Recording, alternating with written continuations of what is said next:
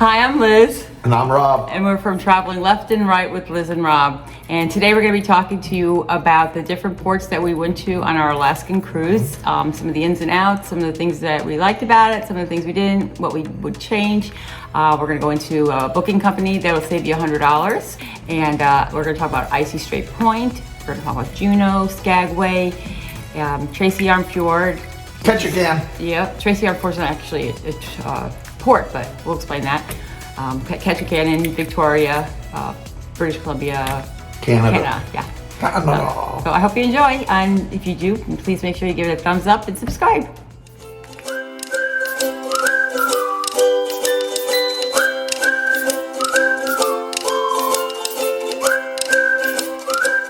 We booked through a company called Alaskan Shore, and they were amazing because, first of all, you save money by booking 3 tours with them. And out of all the different ports, we found more than we wanted to do. In fact, I'll get into one of the ones we even canceled one because we had too much going on. But it saves you $100 though if you book 3 excursions through them. The site is very easy to use. You just put your cruise line in it, the ship you're sailing on, and a date, and what will come up is a whole selection of different tours that you could do through each port. Yep. And very user-friendly. So you have a choice of, like, I think Icy Straight Point, that gives you 7 options right at the beginning, and you pick the one you want to go to, and wherever you decide, it just accumulates. And when you're all done with all your bookings, gives you the final bill, your $100 discount, and everything's very simple. They email you your e-tickets. You can make payments on it. That's what we did. They also put a low money down deposit, right, to make sure you got that excursion, and that was nice. Right, it was very minimal that we had to put down. I don't recall exactly what it was. I don't even think it was 10%. We didn't feel like we missed out because it was booked already, because some of the excursions do book quickly. So, try to book it as early as possible. They also guarantee that you're going to return to your ship on time. So that's a nice thing that normally ships only offer you that, but this company guarantees that you will return on time. The instructions they give you to follow on the e-tickets, very simple, straightforward, gives you contact information, exactly where to go. It's not even easy, you can't even confuse it, it's so simple. We have telephone numbers with all the tour operators, telephone numbers if you need to get a hold of the whole excursion company is printed on the e-tickets. It's very straightforward, simple to use. So that's the number one thing. And now we're going to talk to you about Icy Straight Point. And that one was our very first one. And we originally booked the whale watching excursion to see the humpback whales. And I thought that'd be great. And we were all excited about it. And by the time we got done with all our bookings, we realized we had quite a few whale watching experiences in our future. So time went on, and then the more I talked to people and visited different videos and sites, I'm finding out we're going to see whales all day long. So we decided to cancel one of the ones, and we canceled the wrong one. We should have probably kept that one. We absolutely should have done that one. Icy Point Strait was nice. We got off the ship. There was the free, they call it the transporter, a gondola, that took us closer to town. We're getting ready to get on the transporter that takes us from one side of the dock. So our ship's docked over there. And take a gondola, and it's a 4-minute ride to the other side where the shops are and restaurants and whatnot. I guess we just get on it, but it's moving. Up and away. Let's see how cool it is when we get it. We ended up getting tickets to use the transportation into town. With the ticket, it got you into the Tribal Dance Center. Do that. Very informative. Yeah, the show's good. We went into town. It was only a mile and a half away. We waited for a bus for a while. If we knew it was that close, we probably would have walked. I would have walked it. Because so many people are waiting for the bus. So we were the third shift to go up to the bus I keep saying the bus, it was a trolley. And we would have walked. And they have them running all day long back and forth. So when it's time to go, Yeah, it is It's a pleasant view. Very pretty view. We got to see it, of course, but on the trolley, so you go by so fast. Also found a food truck that was serving Dungeness crab with macaroni salad. It was good. You know. But there were other options for restaurants, but he was set on this particular one because he saw it on some video that they had like really great I wanted food. crab anyway. Right, so he was dead set on finding this particular one. And it was much cheaper than and very fresh at the cruise port. The cruise port was selling crab. Wait, if you're enjoying this video, please give us a thumbs up and subscribe. We'd really appreciate it. Our next port of call was Juneau, and that one we had planned what we thought was going to be a canoe, first of all, a small hike to reach the canoes, and then we were going to go to Mendenhall Glacier and also see Sawyer Falls.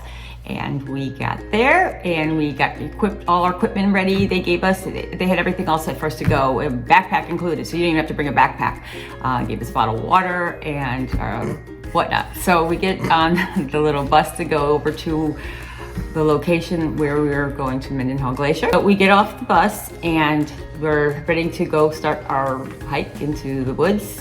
And we reached a little lake where we thought we were going to probably get onto our canoes there because there was a couple of them there, as you can see in the picture. And we kept going. We stopped for a minute to take some pictures, but then we kept going. So my husband and I are like, okay, where is this, the canoe? Where are the canoes? This starts off as a very pleasant, leisurely walk through a rainforest atmosphere, a well-groomed trail with National Park Service bridges. Yes. I'm just like, okay, this is nice. We're gonna hike up to the canoe.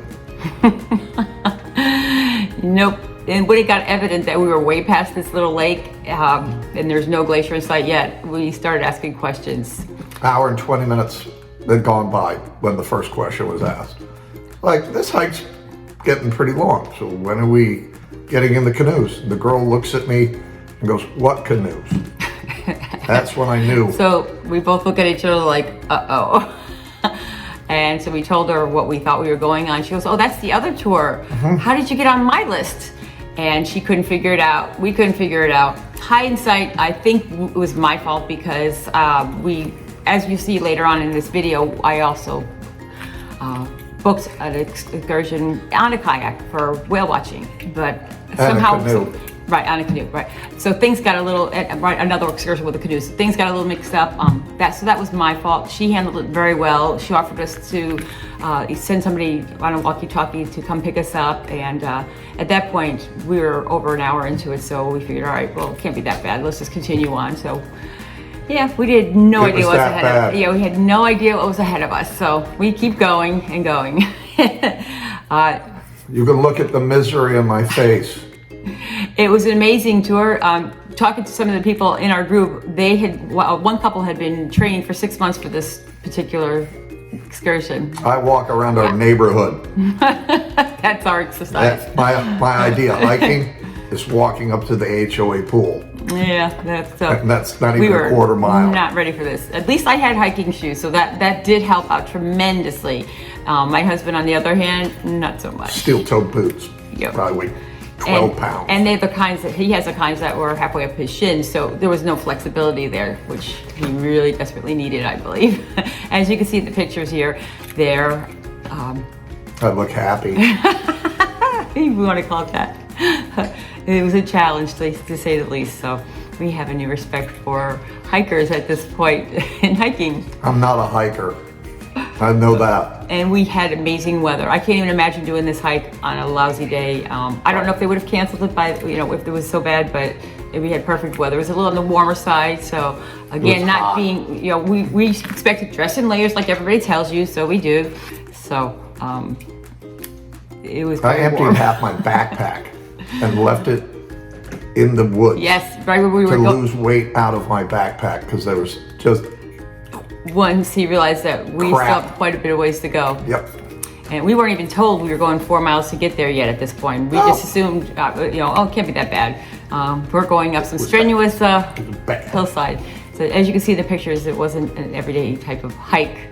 But anyways, getting there though, we got there, we made it there in one piece. They made us put our helmets on, and we were able to see the glacier. We had hoped to be able to at least walk into an ice cave. That was one of the highlights of this particular one. But they said with all the melting, we weren't even allowed to walk on the glacier this time because we were going to get the clay ponds. What do they call it? Those spikes that you the spikes. Yeah. We were supposed to get that, and they didn't even hand those out. They explained that it's been melting so fast this summer that they weren't allowing. It's too much of a risk. No one was allowed to go onto the glacier, so we didn't even go on the glacier. But the views were beautiful, absolutely stunning, and then we had to look forward to the hike back. Never got to see the Sawyer Falls except for across the pond or lake, whatever you want to call it. I guess it's a lake. We got to see Sawyer Falls from a distance, but we'll see. We'll do that on the we'll definitely do it again. I mean, if you like hiking, you would love this excursion.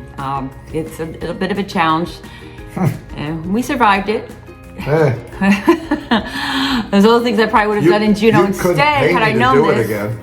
You could not pay me, and I paid people money. We both said that. Yep. Like, I can't believe people pay for this. But we made it. So we get back into town though, and there's so many cute shops and restaurants. I would have loved to have gone, but I was so beat by then. I just wanted to go back, take a shower, change, and just relax. So, and we were still at the port for a couple more hours, so I could have gone out again to get some, souvenirs or something, but I just was done. It took that much out of me. So it really is a cute place to buy some souvenirs. Shop, all the shops are adorable. I'll show you some pictures here. I did go back out. Yes, he did. Wanted to resupply our sodas. Right. So I went back into town and grabbed a couple 12 packs, one for me, one for Lizzie. I was so tired. I spotted one of the little petty bikes, and a young lady, it was $10 to get back to the ship. It was one of the best $10 I've ever spent in my life. Like Liz says, it's gorgeous. Lots of cute shops, lots of jewelry stores. This jewelry thing in Alaska. Yes, every port, jewelry everywhere. I mean, it's a thing there apparently. I'm used to Diamond International being the only one on the Caribbean, and those jewelry stores. Alaska smokes them for jewelry stores. Oh, they have their share of souvenir shops with the T-shirts and all that kind of stuff. That are very reasonable, actually, a lot more reasonable than I expected. So, anyways, getting back to Juneau. Also, while we were doing that, his mother decided she was going to go on the tram to go up to Roberts Mountain. She did the gondola. Yes, and that was like $45, she said, and she loved it. They had some trails up there as well, and she took some pictures, which you can see here, and it was just a beautiful view looking down at the cruise port. So I think that would be nice to do. If we go back, we will do that, right? Oh, absolutely. Yeah, that and some shopping. Yeah, and just hang around in town. But there were so many other tours too that I would have liked to have done before the one we did, had I known that hindsight thing, including wildlife too. Our next port was Skagway, and with Skagway, that was a really fun one. It's a wilderness adventure we went on, and they picked us up right at the port there, get on a bus, take you through town, and you get to the dock, and they split you up into two different groups because our group was large enough to have two boats to go to this island that we had to go to. We each board a high-speed transport. It's just comfortable seating. It's enclosed, so you're out of the weather. If it's bad weather, we had good weather, but it is. And they also have outdoor areas where you can walk outside and take some pictures along the way. The captain was on board, and then we had, I guess, what you'd call a naturalist. Sort of first mate. First mate, sightseeing guide. Gave you a lot of information and on the local wildlife and the history of the fjords there. And we also went by the other city. We pulled up at a couple waterfalls. We got the boat in really close. We were on the boat for about an hour. Right. And then you get to this island, but it's just this company's business there. There's nothing else. And the people who work on this island, they live there also, which is really cool. And they picked us up right at the beach there. And because we got off the beach, they picked us at the beach, and we got onto a school bus type of thing. So we get off the bus, and it takes us over to the what is it called, Robert? an outfitting shack. They gave us our life boots, our preservers. pallets, our life jackets. Right, yeah, they even provide you with the waterproof boots, so you don't have to worry about, getting your shoes all wet and all that. It's because it is a kayak or canoe. Canoe. Canoe. We got outfitted with our gear. And guess what? We have another hike. Rob's thrilled again. Oh yeah, and they're telling us that, there might be bears. And we should all stick together, and the one Right. kid all the way in the back has the bear spray, but we're up front. Just like, And if we come across bears, everybody be loud as it can be to scare the bear away. We didn't see anything like that though, so I sort of half hoping that we did. But it was very uneventful. yes, so we, up and down a little bit, nothing strenuous or like the previous hike, but it was a hike nonetheless. We used the oars to navigate through the ups and downs of parts of the tree roots and whatnot for balance. We also had my mother join us. Right. You'll see that in some of the photos. She's 81 years old. And she had no problem doing it. Yes, and it was so great having her come with us and be able to do something adventurous. Right. And we were going to Davison Glacier, by the way, and she had gone there another time, and she couldn't believe how much it had receded over the years. I think she said like 15 years ago she had gone, and she was. You could really see that she was upset to see how much the glacier had melted. So meanwhile, we're all paddling, trying to get there as a team, and then all of a sudden, our leader tells us, "Well, everybody, we're gonna put on the motor." This little outboard motor they put on, and it finished the way up because it was a little more strenuous because you're going through down. What is this? The current. The current. Thank you. The current was pushing us the opposite way, so she just had us all stop, and we did the rest of the way with the little outboard motor, and we get to this little island. And just on the side of the glacier, off to the side, and we were walking around taking pictures, and it was really pretty there, very scenic. This one, if you do that, bring your binoculars so you can get a good look. That's a definite one for binoculars. When we were at Mendenhall, literally we were, touching the glacier. This one you can't touch it. The distance, the current moving down from it. They don't bring you that close to it. They just don't bring you there. Then after it's time to go, though, everybody gets back in their canoes, and one by one we land back on the main land, if you want to call it that. It's actually that island I was telling you about. Then we hike back up to the outfitting area, return all our equipment, and head back. And on the way back, we got to see a big group of seals. And We were fairly close to them too. yeah, we were right up on them, and they were just doing their sealy Playing things or around whatever and you whatnot. call it. So it was nice that they stopped for that. We get back to the port though, and Yep, we get off the excursion, say goodbye, get on the bus. I asked the bus driver if he'd just drop us off right in town. right in town. He was like, absolutely. It saved us And about a half a mile of walking, Yeah. but which half a mile, we were right there anyways. Why not? instead of going back to the ship, we went, what a great little town. It is one of those things like Yep. you think Klondike, one of those old-fashioned type of towns you see with old movies, like a Western town. It was all really the cool. old cars, the people with Yeah, there's even that. So yeah, Model Ts. I really enjoyed town. there wasn't a lot to it, but what was there It was worth seeing. is well thought out too. Yes. Wow. Yep. Yeah, we stopped at a little place to for Rob to have a beer, and we sat out They had the back brewery there. in a beer garden, and I could look at the ship. But don't run right back to the ship. Go into town. Even the shopping was adorable. I bought a sweatshirt there. That's become my favorite sweatshirt already. Yeah. It's well worth. It's well worth spending time in town. So our next place that we went to, which is not really a port, but it is on the itinerary for the Carnival Spirit cruise that we took, and it's called Tracy Arm Fjord. And that's more or less where I thought we were going to see the glaciers on both sides and the ice calving, the glacier calving, and it wasn't anything like that. The only way to see that was if you went on one of their little expeditions that the cruise ship offered. So the problem with this whole excursion was where it was located. Couldn't find it. Didn't know it existed until we were talking to some young lady in the hot tub the day before. We were talking about, so what are you doing? this place and that place. And she said, well, tomorrow I'm going to Sawyer Glacier. I'm like, what do you mean? So we assumed the ship was going to sail up to it. We'd be able to see it. That was not the case. At all. On the Carnival app or on the website, it popped up as a Seattle excursion. And we didn't even look at the Seattle excursions because we knew we wanted to do there already. And then as far as Tracy Arm Fjord, at that time, there was nothing showing up. So we just assumed you're just gliding around the bay, you know, sailing around the bay. And see the glacier. Right, and that's what we assumed. So we spoke with this young lady who enlightened us. And at that point, it was too late. Right, we already booked up. She had found it when she was looking on the Seattle ones. So when we got back to the cabin, sure enough, we saw it there under the Tracy Arm Fjord. But you know, who's looking when you're already on the ship and you have your plans already?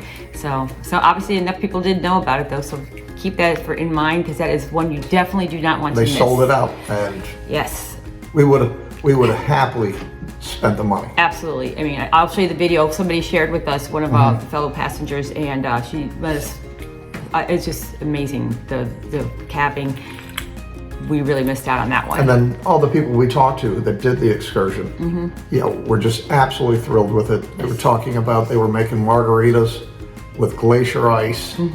Yes. You know, fun things like that. They were seeing seals, you know, on top of icebergs, and we really feel like we really missed out. Yes, because that's really something I thought we were going to experience. You know, as far as seeing the glaciers and whatnot, I really thought we were going to see that on the ship, but the ship is too big, I guess, to go into these smaller coves or whatever you would call them. Needless to say, we missed out on that one, so we will definitely be doing that one. Yes. Look for that one. Look under Seattle if you have to. Book that one. If you don't book anything else, book that one. Do that. Yes.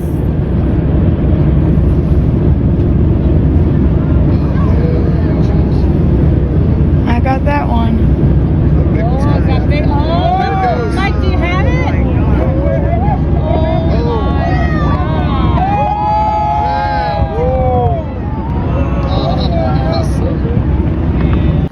Our next port of call was Ketchikan, and that was the one I was looking forward to the most. We were gonna go kayaking with the orcas, and they were gonna be right there. I was so looking forward to that, and that was the one that I decided, okay, we could cancel that other one because we're gonna be doing this more upfront and personal one. Well, seeing that it was the day after the 4th of July, we ended up getting how to put it. They met us at the dock saying that, I'm sorry, the tour had to be canceled. The tour guides called in sick. And I'm like, oh. With the 4th of July flu. Yes. Then we're like, what's the 4th of July flu? Meanwhile, I think I had a good idea, and so did he. And sure enough, they were hungover. So that was very disappointing, but that had nothing to do with the company who we did the booking through. That just happened to be the shore excursion that we chose. That, you know, think about that, having a backup plan. If it would have been the 6th of July, we would have had a problem. We would have gone. Right. But it was the 5th of July. Yes. So never even thought about it. Never crossed my mind. Oh. And also, when they canceled it, they were very happy to return our money. Before we even were off the cruise, the money was back in my account again, so they were very prompt with that.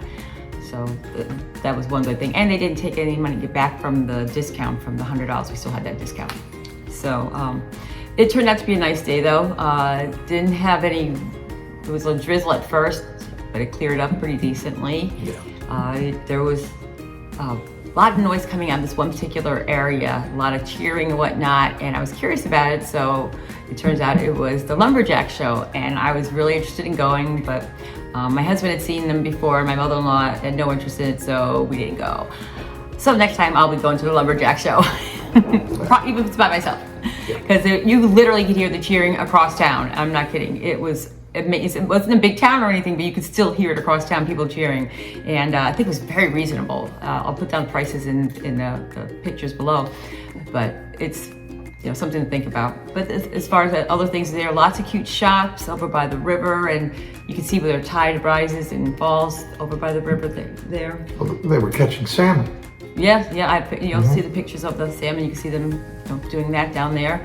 And there was a lot of other things you could have done there too. There was the helicopter tour was there too, right? Yeah, they had fishing excursions. They had hovercraft. Yeah, there's a lot of things. They had that duck. The duck tour, which is like an amphibious vehicle. You start off on land and you end up going through the water, and that was fairly reasonable as well. But we had such a short period of time. Right, we were tendered in to begin with, Oh. and on a short day. With this particular cruise, I think we had like 5 hours there from start to finish. Yeah. And that's saying you got on the first tender boat, if we had the full amount of time there, but that wasn't like that, because you have to wait to get on a tender boat. Another pointer, which my husband will tell you about, that we both agree on, about waiting in line, this long line that we waited on for over an hour to get back on the tender. Don't do it.